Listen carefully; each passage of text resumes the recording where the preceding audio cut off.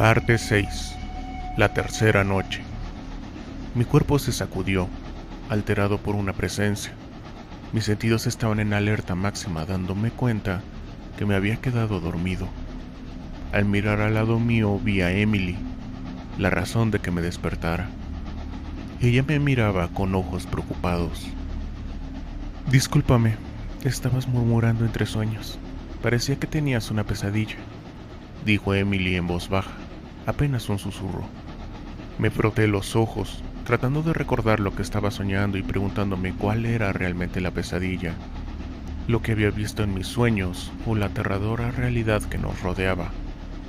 Reincorporándome, vi a los demás pasajeros del tren agrupados, sus rostros tensos y dirigidos hacia la gran puerta del vagón que permanecía cerrada, recordando que no había ventanas en el almacén, lo que les hacía sentir una falsa sensación de seguridad, pensando que así no serían atacados por aquellas cosas que acechaban en la oscuridad. El tiempo pasó lentamente, cada minuto se sentía como una eternidad. El grupo permanecía en un tenso silencio, con los nervios a flor de piel. De repente, sentimos cómo el tren se detenía bruscamente. Sentí la mano de Emily apretar la mía con fuerza y podía escuchar la respiración agitada de uno de los pasajeros. Otros intentaron mantener el silencio, tapándose la boca para ahogar cualquier sonido. El silencio, sin embargo, se volvía cada vez más molesto. No se escuchaba nada, ni el crujido del tren ni el viento golpeando el exterior. El tren permaneció así, detenido, durante lo que pareció una eternidad. La calma se rompió finalmente cuando la puerta del almacén que daba al exterior comenzó a abrirse lentamente. El sonido de la madera rechinando hizo que todos se tensaran. El empresario, con su rostro marcado por la rigidez, tomó su arma y apuntó hacia la puerta, esperando encontrar a su víctima. Pero no hubo nadie al otro lado de la puerta. Solo había árboles. La vista era surrealista. Un bosque denso y oscuro que se extendía hasta donde alcanzaba la vista. Las sombras de los árboles danzaban bajo la luz tenue de la luna, creando formas inquietantes y espectrales. «¿Qué diablos?», murmuró el empresario, con su voz temblando mientras bajaba lentamente el arma. Temerosos, comenzamos a movernos lentamente hacia el lado opuesto de la puerta, tratando de escondernos entre las cajas del vagón. Cada paso resonaba en el silencio sepulcral. Nos mantuvimos así durante mucho tiempo, cada uno conteniendo la respiración, temiendo lo peor. «Tal vez el tren empezaría a andar de nuevo si cerramos la puerta», sugirió Nathan en voz baja, después de ver que no ocurría nada. Nadie se atrevió a moverse. El miedo paralizaba a todos, y el vagón parecía un refugio frágil en medio de la inmensidad del bosque. Nathan, decidido a actuar, se apresuró hacia la puerta, forcejeó con ella tratando de no hacer mucho ruido, pero fracasó en ambos objetivos. El sonido del metal rechinando resonó en el silencio, haciendo que todos contuvieran la respiración. Sin embargo, tanto el tren como el bosque permanecían inertes. Sabía que en la oscuridad de ese bosque podía haber un peligro mayor, y poco a poco los demás comenzaron a discutir en susurros qué hacer, callándose abruptamente al notar una luz en la profundidad del bosque. Era tenue, probablemente una linterna, que danzaba a medida que se movía. «Tal vez es un oficial que al fin ha dado con nosotros», susurró alguien con esperanza. Varios, incluido yo, dudábamos de eso. La luz se movía de manera errática, y algo en su patrón no inspiraba confianza. Pasamos otro tiempo viendo la luz alejarse poco a poco. «Tal vez es una persona perdida que necesita ayuda», susurró alguien más. «O el conductor que está tratando de pedir auxilio». La discusión en el vagón se intensificó, cada uno proponiendo diferentes teorías y cursos de acción. De repente, percibimos que otra luz se unía a la primera, y luego otra más. «¡Son personas!», gritó uno, rompiendo el silencio. Pareció que esperaban que uno de ellos lo confirmara para animarse a salir del vagón. Varios de ellos eligieron ir al auxilio de quienes sostenían las linternas y comenzaron a andar hacia las luces, notando que el lugar estaba muy tranquilo. No se oían gritos ni se sentía ninguna presencia maligna. Yo también me moví en dirección a la salida, sintiendo como las manos de Emily se aferraban con fuerza a mi brazo. «Voy a la caldera», le susurré para tranquilizarla. «Esta es mi oportunidad para llegar hasta los primeros vagones y tal vez encuentre al conductor para que eche a andar el tren una vez que regresen los demás». Emily me miró con angustia, pero después de tomarse unos segundos para procesar lo que le dije, decidió acompañarme, mientras Nathan se quedaba con la señora Kelly y con los pocos que eligieron permanecer en el vagón, con la intención de protegerse y dar aviso en caso de que vieran algo extraño. Nos apresuramos a bajar del tren, notando inmediatamente un cambio en la temperatura. El aire de afuera era más húmedo, cargado de una extraña sensación que nos envolvía. Mientras descendíamos, pude escuchar las pisadas de nuestros compañeros que seguían las luces, intentando mantener el grupo unido en la penumbra de la noche. El tren, a nuestra espalda, parecía un gigante dormido. No podía dejar de recordar lo que el señor Marshall nos había dicho sobre Hughes, el cocinero. Ese pensamiento se quedaba conmigo mientras avanzábamos con cautela. De repente, noté que las ventanas del vagón de al lado estaban opacas, como si algo las hubiera salpicado desde adentro. La poca luz que había no me permitía ver con claridad y preferí no investigar más. Nos movimos rápidamente al siguiente vagón, donde se suponía que estarían los dormitorios de clase alta. Desde afuera, pude ver que las puertas estaban cerradas y las ventanas cubiertas por cortinas gruesas. Lo que más llamó mi atención fueron las luces que se filtraban a través de ellas. Emily, con un susurro tembloroso, me dijo que había visto una silueta proyectarse en las cortinas. Miré con atención, pero no vi nada. Sin perder más tiempo, pues no podíamos entrar a ese vagón, fuimos al siguiente, el que sería el salón privado.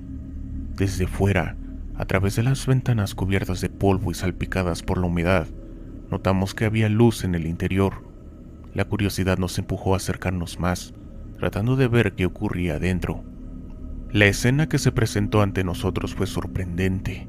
A través de una rendija en las cortinas, pude ver una mesa elegantemente decorada con candelabros y platos llenos de alimentos jugosos que parecían recién servidos, como si una cena formal estuviera a punto de comenzar. Pero lo más inquietante fue la figura que se encontraba sentada en una de las sillas. Un hombre con sombrero y gabardina, con un rostro parcialmente oculto en las sombras. Tenía un portafolio reposando sobre la mesa. Justo en ese momento, por coincidencia o por destino, el hombre, que parecía dormido, levantó lentamente sus manos y, posándolas sobre su portafolio, lo abrió con delicadeza. Mi corazón latía con fuerza mientras observaba la escena, incapaz de apartar la mirada. No podía ver qué había dentro, debido al ángulo en el que me encontraba, pero de repente, una luz tenue, de un brillo verdoso, emanó del interior del objeto. Aquella luz, casi hipnótica, pareció envolver al hombre, iluminando su cuerpo con un resplandor siniestro. Los segundos se alargaron como si fueran minutos, y yo, atrapado por el misterio, sentí un impulso irrefrenable de saber qué había allí dentro. Todo mi ser se inclinaba hacia esa luz, hacia el portafolio, como si algo me llamara desde su interior. Fue entonces cuando sentí la mano de Emily sobre mi brazo.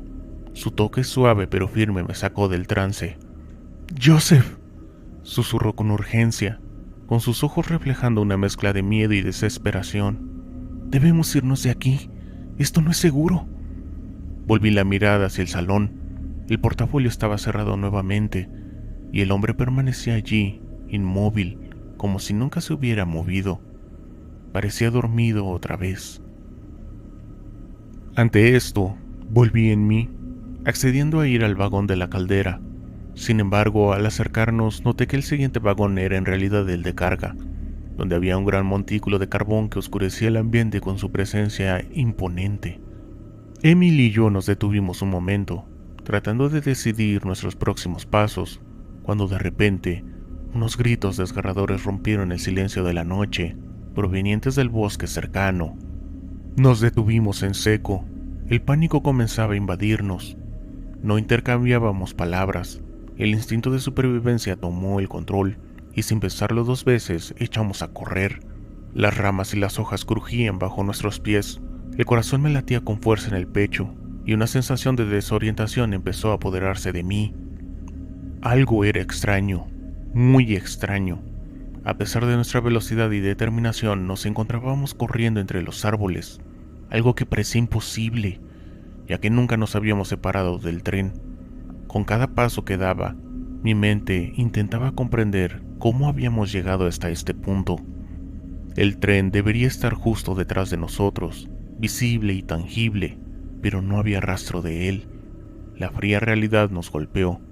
El tren había desaparecido. El bosque nos envolvía por completo, sus sombras alargadas y siniestras creando figuras inquietantes en la penumbra. El sonido de nuestros pasos resonaba en la oscuridad, y el pánico se transformaba en terror. Traté de mantener la calma, pero la incertidumbre y el miedo nos tenían en sus garras. Intenté mirar hacia atrás, esperando ver las luces del tren, las vías, algún signo que nos guiara de vuelta, pero no había nada. Estábamos perdidos. ¡Aguarda, Emily!, grité con la voz entrecortada, deteniéndome un momento para recuperar el aliento y mirar a mi alrededor. Ella también se detuvo, con una respiración agitada y sus ojos llenos de miedo y confusión. ¿Qué ha sido eso? No sé cómo llegamos aquí, respondió, con su voz apenas un susurro. La luna, oculta tras las nubes, apenas iluminaba el sendero, y el bosque parecía cerrarse cada vez más a nuestro alrededor. El sonido de los gritos se había desvanecido, pero el eco de nuestro propio terror resonaba en el aire.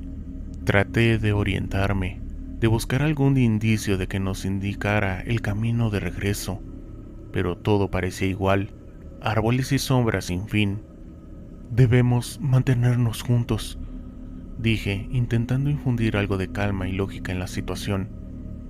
Sigamos una dirección hasta que encontremos algo, cualquier cosa.